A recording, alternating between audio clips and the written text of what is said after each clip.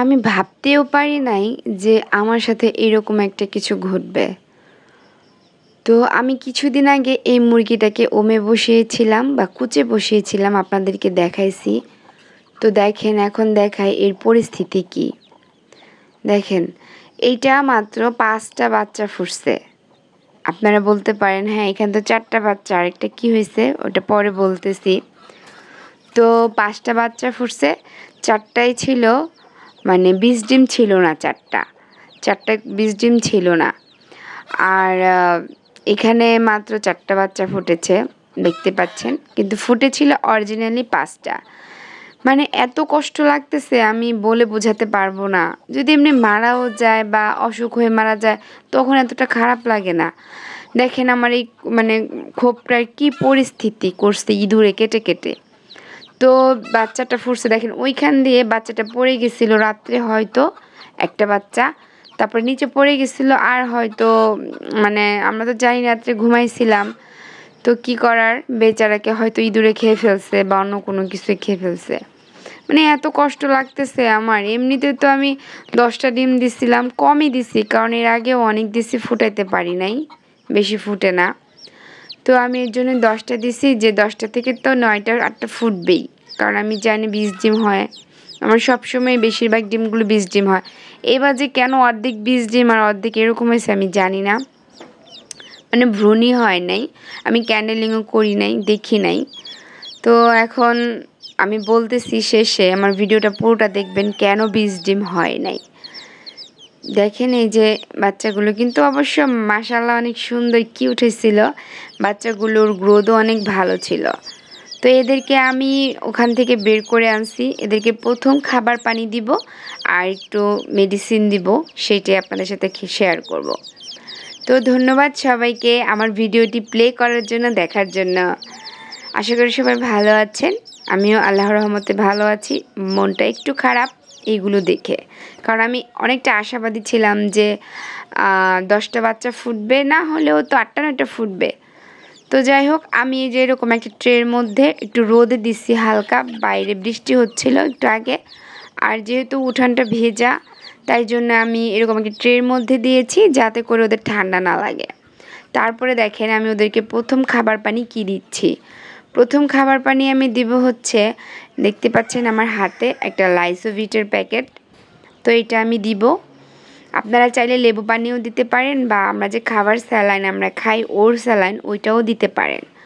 তো এই লাইসোভিটটা আমি দিব হচ্ছে, হ্যাঁ এটা নিয়ম হচ্ছে 1 লিটার পানিতে 1 গ্রাম। তো আমি এখানে যতটুকু পানি নিয়েছি সেই পরিমাণ অনুযায়ী ওষুধ মানে ভাগ করে দিয়েছি, মেজারমেন্ট করে দিয়েছি। আপনারা যে যতটুকু পানি দিবেন সেই অনুযায়ী মিশিয়ে নেবেন ওষুধটা। তারপর এরকম ছোট্ট একটা পানির পটে দিলাম।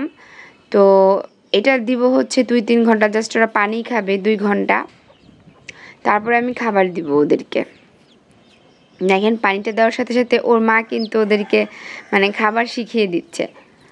আমি কি বলবো, এখন এই 4টা বাচ্চা আমার খুবই কষ্ট লাগতেছে। তারপর আমি দেখি কিছুদিন রাখবো এদেরকে, তারপর ওর মাকে ছাড়িয়ে ফেলবো, কারণ 4টা বাচ্চা দিয়ে মাকে এভাবে রাখাটা আসলে ঠিক না, এটা আবার ডিমে আসবে। তো এই দেখেন এটা হচ্ছে ব্রয়লার স্টার্টার ফিড, সোনালি স্টার্টার ফিডও আছে, আপনারা দুইটা একটা যে কোনো একটা দিতে পারেন, ব্রয়লারটা দিলে গ্রোথ ভালো হয়। তো এটা প্রথমে আপনারা হালকা একটু ঝুরঝুরা করে দিবেন হাত দিয়ে।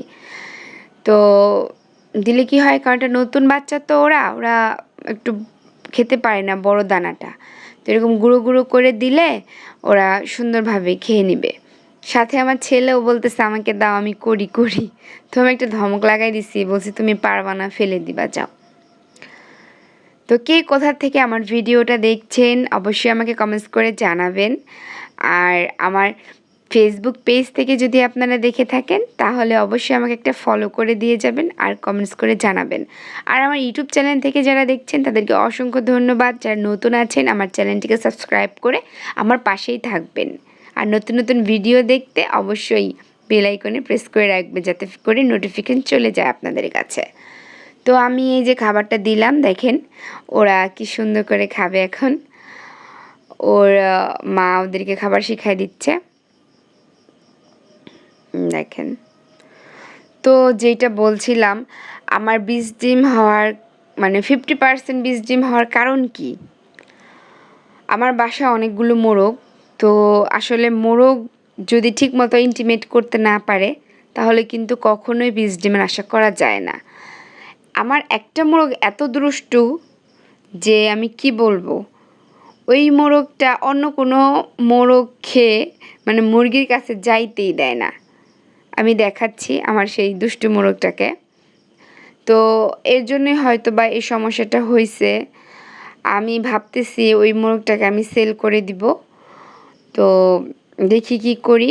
কারণ ওই মোরগটার জন্য মানে বেশি মোরগ হয়ে গেছে তো একটু গাদাগাদি হয়ে যায়। এজন্যই হয়তোবা আমার ওই মানে ডিমগুলো বীজ ডিম হয় নাই। কারণ এরকম আমার কখনোই হয় নাই। এই যে দেখেন এই লাল মোরগটা এত দুষ্টু। মানে আমি কি বলবো? মনে চায় ওরে আমি খেয়ে ফেলি, বাট আমি খাবো না। আমি ওরে সেল করে দেব। এই যে। মানে সারাক্ষণ অন্যান্য মোরগকে ও শুধু তাড়া করতে থাকে, তাড়া করতে থাকে। আর এত শক্তি মোরগটার।